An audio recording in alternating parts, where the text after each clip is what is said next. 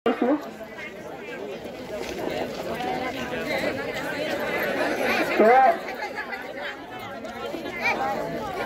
Sir आज यहाँ पर सब साथी उगाड़ा जाओ, आवाज दो, आवाज दो, आदिवासी पर अत्याचार करना बंद करो,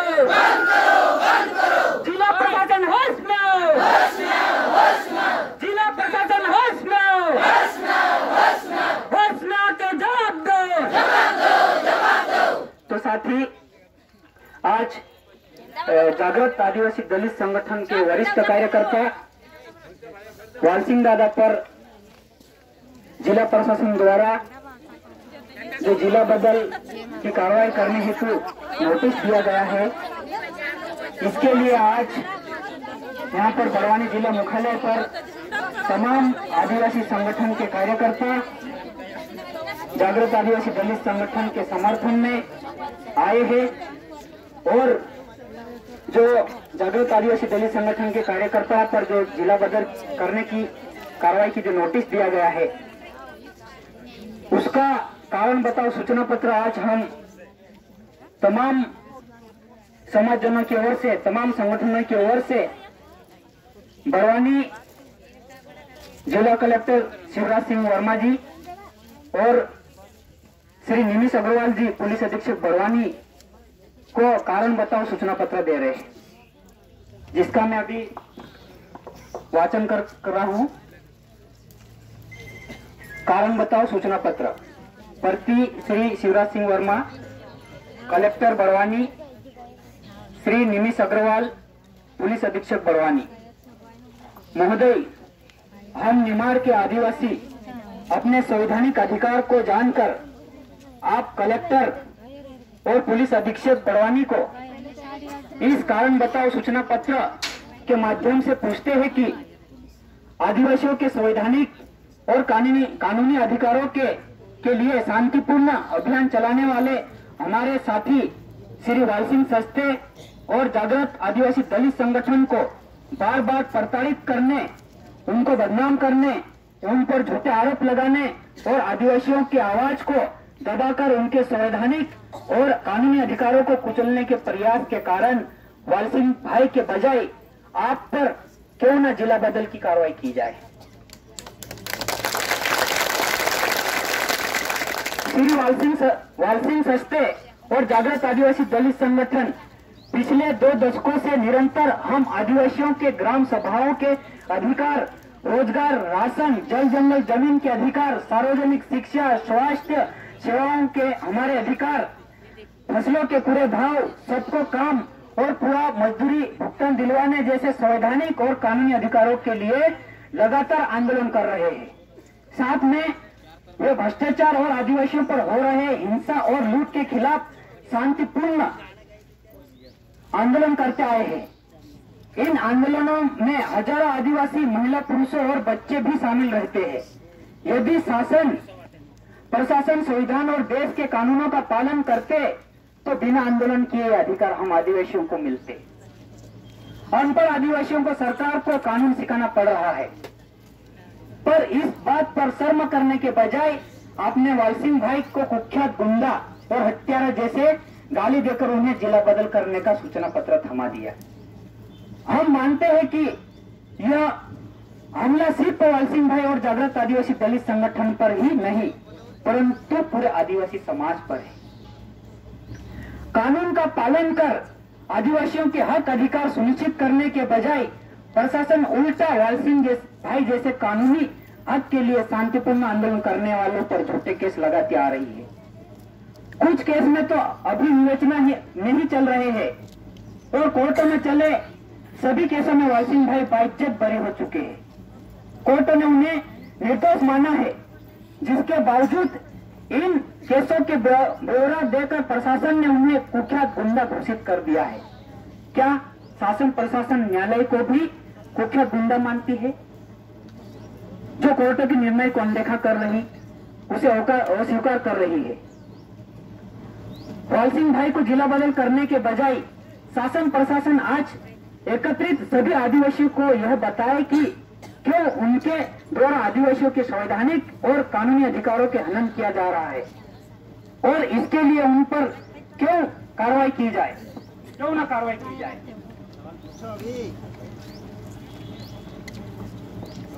आदिवासियों के शोषण और लूट को बढ़ावा देने में शासन प्रशासन की निम्न असफलता और धांधलियों में स्पष्ट है। खेती आजीविका और कल्याणकारी योजनाओं में लूट, ग्राम सभाओं का अवमानना। पहला, खेती ठप है और किसान कर्जे में डूबा है।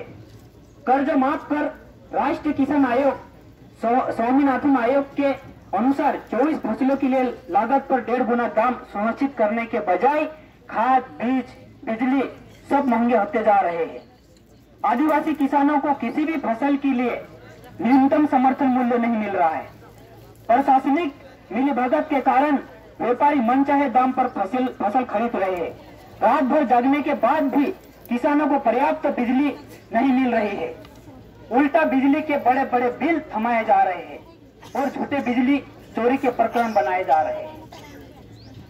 रोजगार नहीं है और रोजगार गारंटी कानून के बावजूद भ्रष्टाचार के कारण काम नहीं मिल रहा है। काम करने पर नियमानुसार 15 दिन के अंदर पूरी मजदूरी हो जाना चाहिए, परंतु महीने तक भुगतान नहीं हो रहा है। आज की महंगाई के सामने 193 रुपए प्रतिदिन का दर क्या मायने रखता है और वह भी पूरा नहीं मिलता है। आदिवासियों के रोजगार के नाम पर करोड़ों रुपए का भ्रष्टाचार हो रहा है।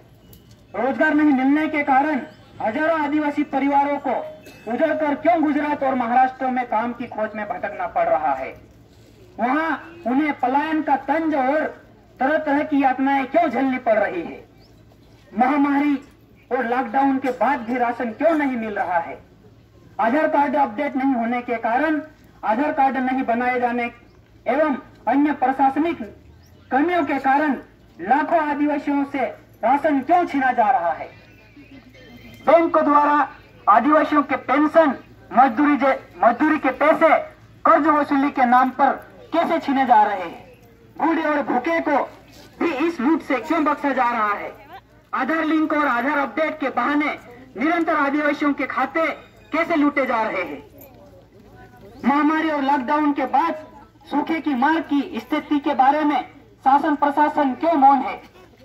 राहत कहां है।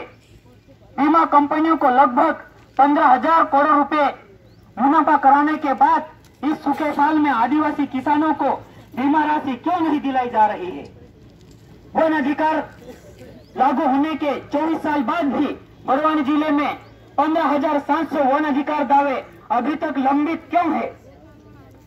संवैधानिक पेशा कानून के बावजूद ग्राम सभाओं और उनके प्रस्तावों की लगातार अवमानना क्यों हो रही है।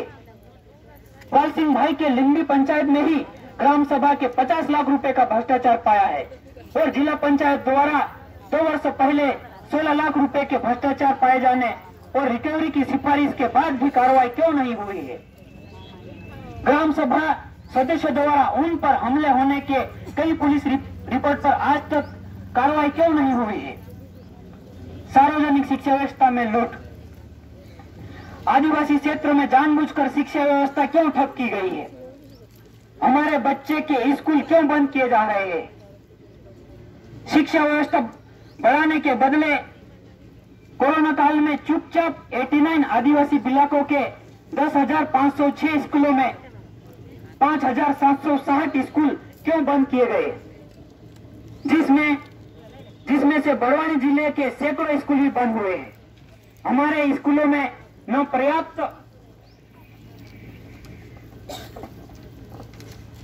शिक्षक है, न कमरे हैं, न किताबें और न अन्य सुविधाएं। क्या यही है आदिवासियों के लिए विकास। सीएम राइज योजना के तहत 1-2 स्कूलों को छोड़ सभी स्कूलों को बंद करने के बजाय शिक्षा का अधिकार कानून के अंतर्गत हर 1 किलोमीटर में पूरी व्यवस्था युक्त स्कूल क्यों नहीं खोले जा रहे हैं। अतिथि शिक्षक, सुविधा शिक्षक इत्यादि वर्गीकरण के बहाने पैसे बचाने के बजाय हमें नियमित और प्रशिक्षित शिक्षक क्यों नहीं दिए जा रहे हैं। कोरोना के बहाने शिक्षा व्यवस्था ऑनलाइन करने के कारण बिना मोबाइल या बिना बैलेंस या नेटवर्क के बाहर होने से जो सैकड़ों बच्चे शिक्षा से वंचित रह गए या पहले से परेशान माँ बाप को हजारों रुपए खर्च करना पड़ रहा है, उसके बारे में आपको जरा भी चिंता क्यों नहीं है? अभी भी स्कूल और कॉलेज व्यवस्था ठप है। स्पष्ट है कि शिक्षा का तेजी से निजीकरण कर शासन प्रशासन सरकारी शिक्षा व्यवस्था खत्म कर हमारे आने वाली पीढ़ियों को सस्ते मजदूर बनाकर रखना चाहती है और हमारे लिए यही विकास कहलाएगा। सार्वजनिक स्वास्थ्य सेवाओं में लूट। जिले के स्वास्थ्य विभागों में हमेशा 80% विशेषज्ञ डॉक्टर, 50% सामान्य डॉक्टर, नर्स और सफाई कर्मी तक के पद हमेशा क्यों रिक्त होते हैं? जिला अस्पताल सहित किसी भी समुदाय या प्राथमिक या सिविल अस्पताल में जांच और इलाज की पूरी व्यवस्था क्यों नहीं मिलती है? क्यों आधे अस्पतालों में डॉक्टर नहीं है? सिर्फ बिल्डिंग खड़ी है। आदिवासियों और अन्य मेहनत का गरीबों को अपने पेट काटकर अपने मेहनत की कमाई क्यों इलाज में खाली करना पड़ रही है?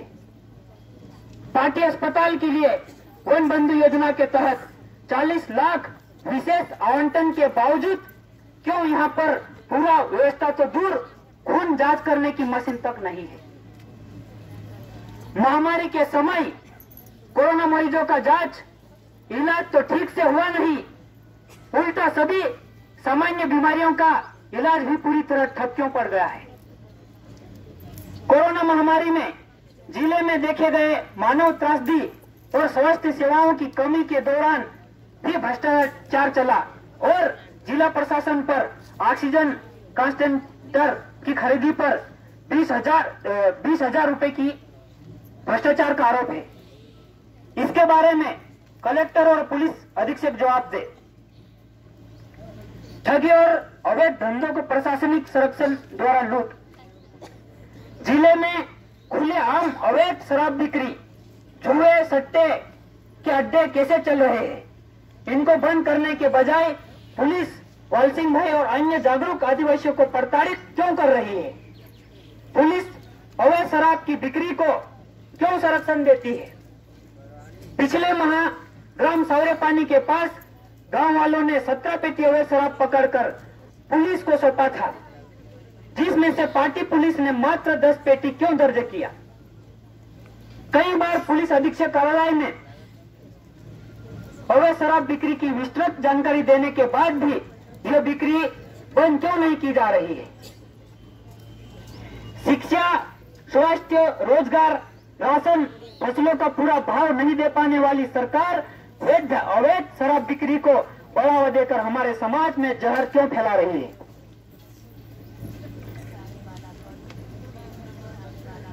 रोजगार दिलाने के नाम पर आत्मनिर्भर भारत नामक फर्जी संस्था द्वारा आदिवासी युवक युवतियों से हजारों रुपए ठगे गए, जिसका पर्दाफाश समाजजनों द्वारा किया जाकर पीड़ितों द्वारा पुलिस में रिपोर्ट दर्ज करने के बावजूद आज तक इस गिरोह पर कार्रवाई क्यों नहीं की गई? हाल ही में एक सांसद के बारे में आलोचनात्मक राय रखने वाले 6 आदिवासी युवकों को क्यों गिरफ्तार किया गया? क्या लोकतंत्र में अपने जनप्रतिनिधि के बारे में अपनी मत नहीं रख सकते हैं और आलोचना नहीं कर सकते क्या?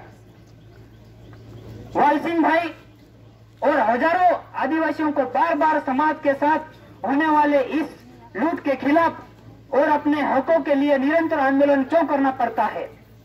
इन आंदोलन के कारण उन पर झूठे केस क्यों लादे जाते हैं और इन झूठे केसों के हवाले देते हुए उन्हें कुख्यात गुंडा बताकर जिला बदल करने की कोशिश क्यों की जा रही है? हम सभी इस प्रकार के प्रताड़ना का पुरजोर विरोध करते हुए शासन प्रशासन से मांग करते हैं कि आदिवासियों के संवैधानिक और कानूनी हकों के हनन के बदले उन्हें संरक्षण करे। जिला प्रशासन बताइए कि इस निरंतर प्रताड़ना के कारण जिला पुलिस एवं प्रशासन पर अनुसूचित जाति एवं जनजाति अत्याचार निवारण अधिनियम की धारा 3(1) क्यू के तहत कार्रवाई क्यों नहीं की जाए? जिला प्रशासन बताए कि अपने स्वयं के कमजोरियों को ढकने के लिए आदिवासी किसान और वरिष्ठ सामाजिक कार्यकर्ता को कुख्यात गुंडा बताकर बिना आधार के कई आरोप लगाने के कारण आप पर मानहानि की कार्रवाई तथा अत्याचार निवारण अधिनियम के तहत कार्रवाई क्यों नहीं किया जाए? तो यह जवाब, तो यह सब सवाल आज यहाँ पर उपस्थित सभी आदिवासी समाज और सभी आदिवासियों की ओर से जागृत आदिवासी दलित संगठन, आदिवासी एकता परिषद, आदिवासी मुक्ति संगठन, आदिवासी विकास परिषद, अखिल भारतीय आदिवासी महासभा, ओबीसी एससी एसटी एकता मंच मध्य प्रदेश एवं आदिवासी छात्र संगठन मध्य प्रदेश और जय आदिवासी युवा शक्ति जयस, ये तमाम संगठन और समाज के लोग आज जिला प्रशासन से ये कारण बताओ सूचना पत्र के माध्यम से कारण जानना चाहती है। तो जिला प्रशासन जवाब दे। एक-एक करके बता है जो है अपने